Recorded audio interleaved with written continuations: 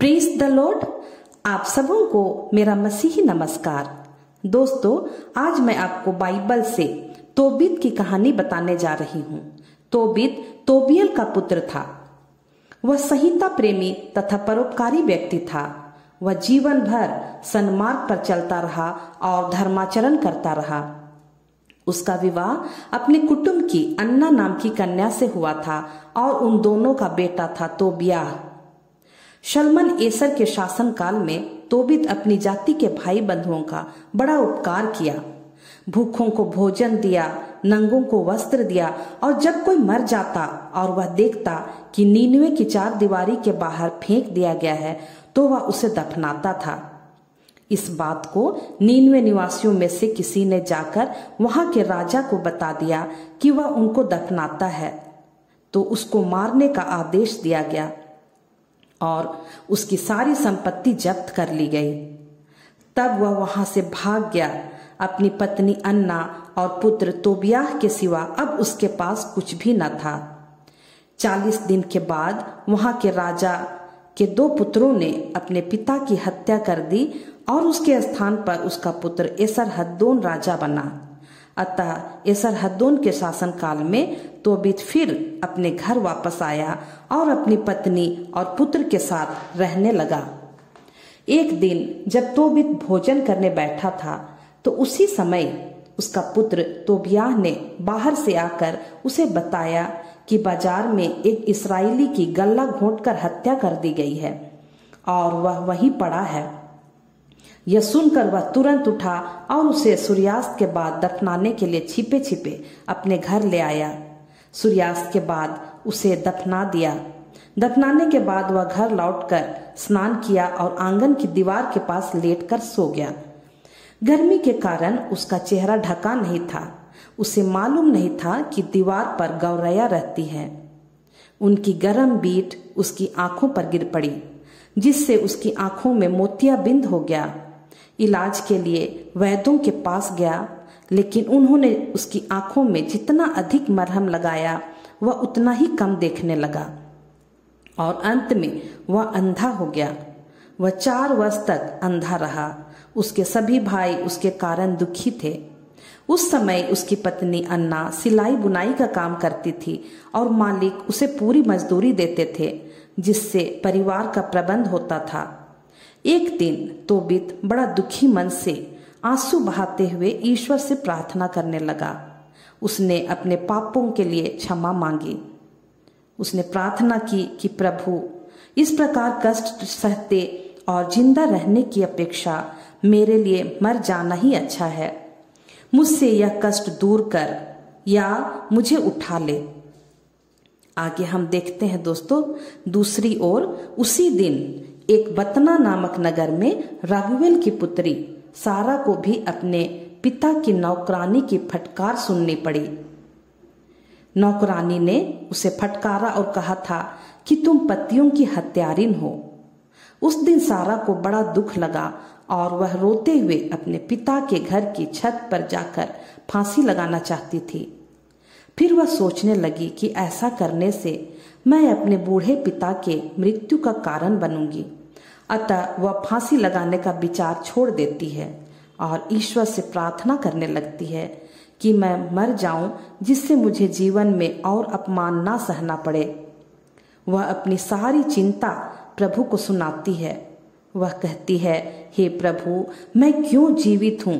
यदि तू मुझे उठाना नहीं चाहता तो ऐसा कर कि लोग मेरा आदर करें और मुझे अपनी निंदा और ना सुननी पड़े। प्रभु ईश्वर ने उन दोनों की प्रार्थनाएं सुनी, क्योंकि हमारा प्रभु ईश्वर जीवित और दयालु प्रभु है। ईश्वर ने स्वर्गदूत राफाएल को उनके पास भेजा, जिससे वह उन दोनों का दुख दूर करे। इधर तोबीत घर लौटा और उधर सारा छत से नीचे उतरी। उसी दिन तोबीत को उस धन की याद आई जो उसने मेदिया के रागय निवासी गबायल के पास रखा था। वह सोचने लगा, क्यों ना मैं अपने पुत्र तोबियाह को बुलाकर अपनी मृत्यु से पहले उस धन के विषय में बता दूं। अतः उसने तोबियाह को बुलाया और बहुत सारी बातें बताई और शिक्षा देने के बाद बोला कि बेटा, तुम ईश्वर पर श्रद्धा रखोगे और हर प्रकार के पाप से दूर रहोगे और वही करोगे जो प्रभु ईश्वर की दृष्टि में सही है, तो यह समझ लो कि तुम बड़े धनी हो। बेटा, अब तो 20 वर्ष हो गए हैं कि मैंने अपना धन रागय निवासी गबायल के पास रख छोड़ा है। तुम एक ईमानदार व्यक्ति का पता लगाओ जो तुम्हारे साथ उस धन को लाने जाए। लौटने पर हम उसे वेतन देंगे। मेरी मृत्यु से पहले वह धन उस व्यक्ति से प्राप्त कर लाओ। अब तोबियाह अपने साथ जाने के लिए ईमानदार व्यक्ति की खोज में निकला जो वहां का मार्ग जानता हो। तो उसे स्वर्गदूत राफाएल मिला, किंतु उसे नहीं मालूम था कि वह स्वर्गदूत है। वह उससे पूछा, युवक, तुम कहाँ के हो? तो उसने कहा, मैं इस्राएली हूँ और यहाँ काम की खोज में आया हूँ। उसने पूछा, तुम मेदिया का मार्ग जानते हो? उसने कहा, मैं वहाँ कई बार गया हूँ और वहाँ के सब मार्ग जानता हूँ। इस पर तोबियाह तुरंत उसे अपने पिता के पास लेकर गया और उसके बारे में बताया। तोबित ने उसके विषय में पूछताछ की और कहा, बेटा, मैं तुमको 1 दिनार रोजाना दूंगा। तुम्हें और अपने पुत्र को वह सब दूंगा जो आवश्यक है। तुम उसके साथ जाओ। उसने कहा, आप निश्चिंत रहें, मैं उसके साथ जाऊंगा। तब तोबियात ने यात्रा के लिए तैयार होकर अपने माता पिता का चुंबन किया और विदा लिया। स्वर्गदूत के साथ तोबियाह चला गया। एक कुत्ता भी उनके पीछे पीछे हो लिया। चलते चलते शाम हो गई और उन्होंने अपनी पहली रात दजला नदी के तट पर बिताई। जब तोबियाह स्नान करने नदी गया तो नदी से एक बड़ी मछली निकली और उसने लपक कर उसका पैर निगलना चाहा। स्वर्गदूत ने उससे कहा, इस मछली को पकड़ लो। युवक ने मछली को पकड़कर उसे सूखी भूमि पर पटक दिया। स्वर्गदूत ने उससे कहा, मछली को काट कर उसका दिल, कलेजा और पित्त कोष सुरक्षित रख लो, वह दवा के काम आते हैं। इसके बाद वे आगे बढ़े। मेदिया के पास पहुंचकर युवक ने स्वर्गदूत से पूछा, भाई अजर्या, क्योंकि स्वर्गदूत ने अपना वही नाम बताया था, मछली के दिल, कलेजे और पित्त किस रोग की दवा है? उसने उत्तर दिया, जो पुरुष या स्त्री शैतान के या दुष्ट आत्मा से सताया जाता है, उसके सामने मछली का दिल और कलेजा जला दो और वह उसे छोड़कर फिर कभी उसके पास वापस नहीं फटकेगा। पित्त ऐसे मनुष्य की आंखों पर लगाया जाए जिसको मोतियाबिंद हो गया हो तो वह अच्छा हो जाता है। दोस्तों, बाइबल द्वारा हम इस दवा के बारे में भी जानते हैं। मेदिया में प्रवेश करने के बाद और एक बतना के पास पहुंचकर स्वर्गदूत ने युवक से कहा, भाई तोबियाह, हमें यह रात रगवेल के यहाँ बितानी पड़ेगी। वह तुम्हारा संबंधी है और उसके सारा नामक एक पुत्री है। सारा के सिवा उसके और कोई संतान नहीं है। तुम उसके सबसे निकट संबंधी हो। तुमको उसके साथ विवाह करने और उसके पिताजी की संपत्ति का पहला अधिकार है। कन्या समझदार, स्वस्थ और बहुत भली है। मैं इस रात को उस कन्या के विषय में बातचीत करूंगा जिससे उसके साथ तुम्हारा विवाह निश्चित हो जाए। इस पर तोबियाह ने राफाएल से कहा, भाई अजर्या, मैंने सुना है कि उस कन्या का विवाह क्रमशः 7 पुरुषों से हो चुका है और कमरे में उसके पास अंदर आते ही पुरुष की मृत्यु हो जाती है। मैंने सुना है कि एक पिशाच ने उनको मार डाला। मुझे डर लगता है। मैं अपने पिता का इकलौता पुत्र हूँ। कहीं ऐसा न हो अपनी मृत्यु के शोक के कारण मैं अपने माता पिता की मृत्यु का कारण बनूं। उनके और कोई पुत्र नहीं जो उन्हें दफनाए। स्वर्गदूत ने उससे कहा, तुम अपने पिता की बात याद रखो जिसने तुम्हें आदेश दिया है कि तुम अपने ही कुटुंब की किसी कन्या से विवाह करोगे। आगे उसने कहा, अब मेरी बात मानो, उस पिशाच की चिंता मत करो और सारा से विवाह करो। मैं जानता हूं कि इस रात वह तुम्हारी पत्नी हो जाएगी। तुम उस मछली के दिल और कलेजे का कुछ अंश लोबान के साथ धूपदान पर रखकर कमरे में प्रवेश करो।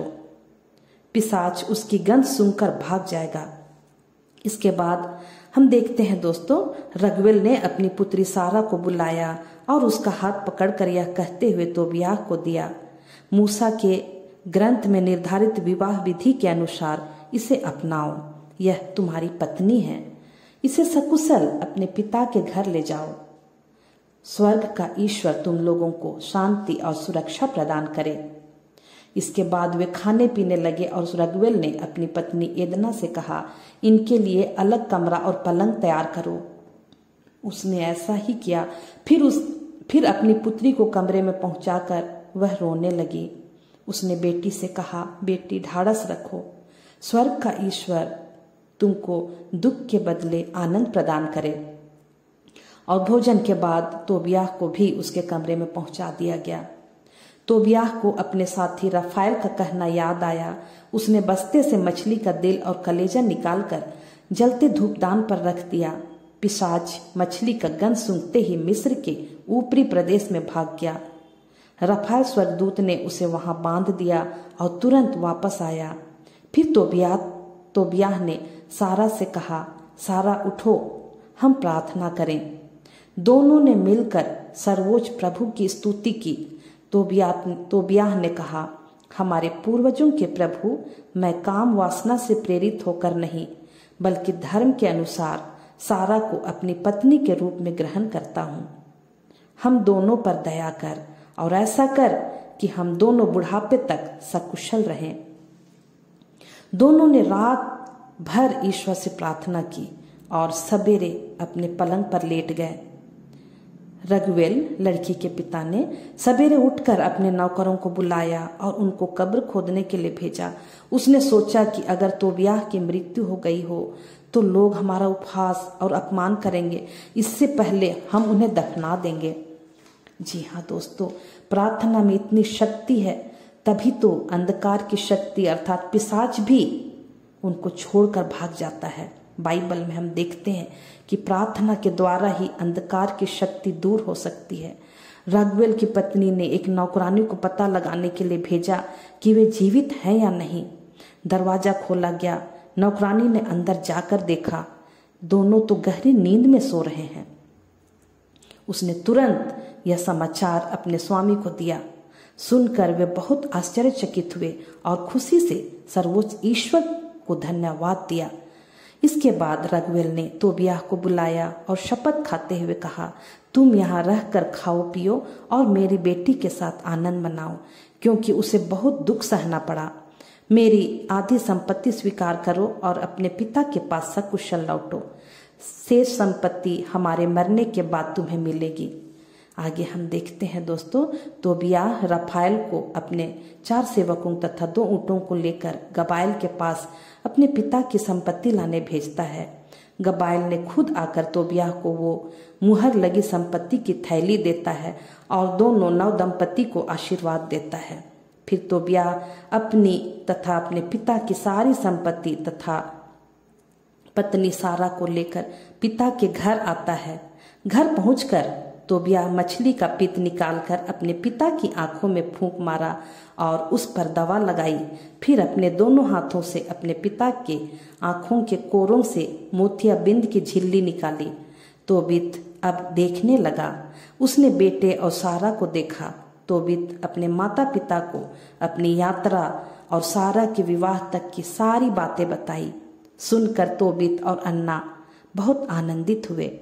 इसके बाद रफाएल स्वर्गदूत ने दोनों को एकांत में बुलाकर कहा, ईश्वर का धन्यवाद कीजिए और सब प्राणियों के सामने यह घोषित कीजिए कि उसने हमारा कितना उपकार किया है। ईश्वर ने आपके जीवन को देखा और आपकी प्रार्थना सुना। उसने मुझे आपके पास भेजा। मैं स्वर्गदूत रफाएल हूँ जो प्रभु की महिमा के सामने उपस्थित रहता है। यह सुनकर दोनों घबराकर मुंह के बल गिर पड़े और भयभीत हो गए। पर उसने कहा, मत डरिए, आपको शांति मिले। और जब वे उठे तो वह अंतर्धान हो गया।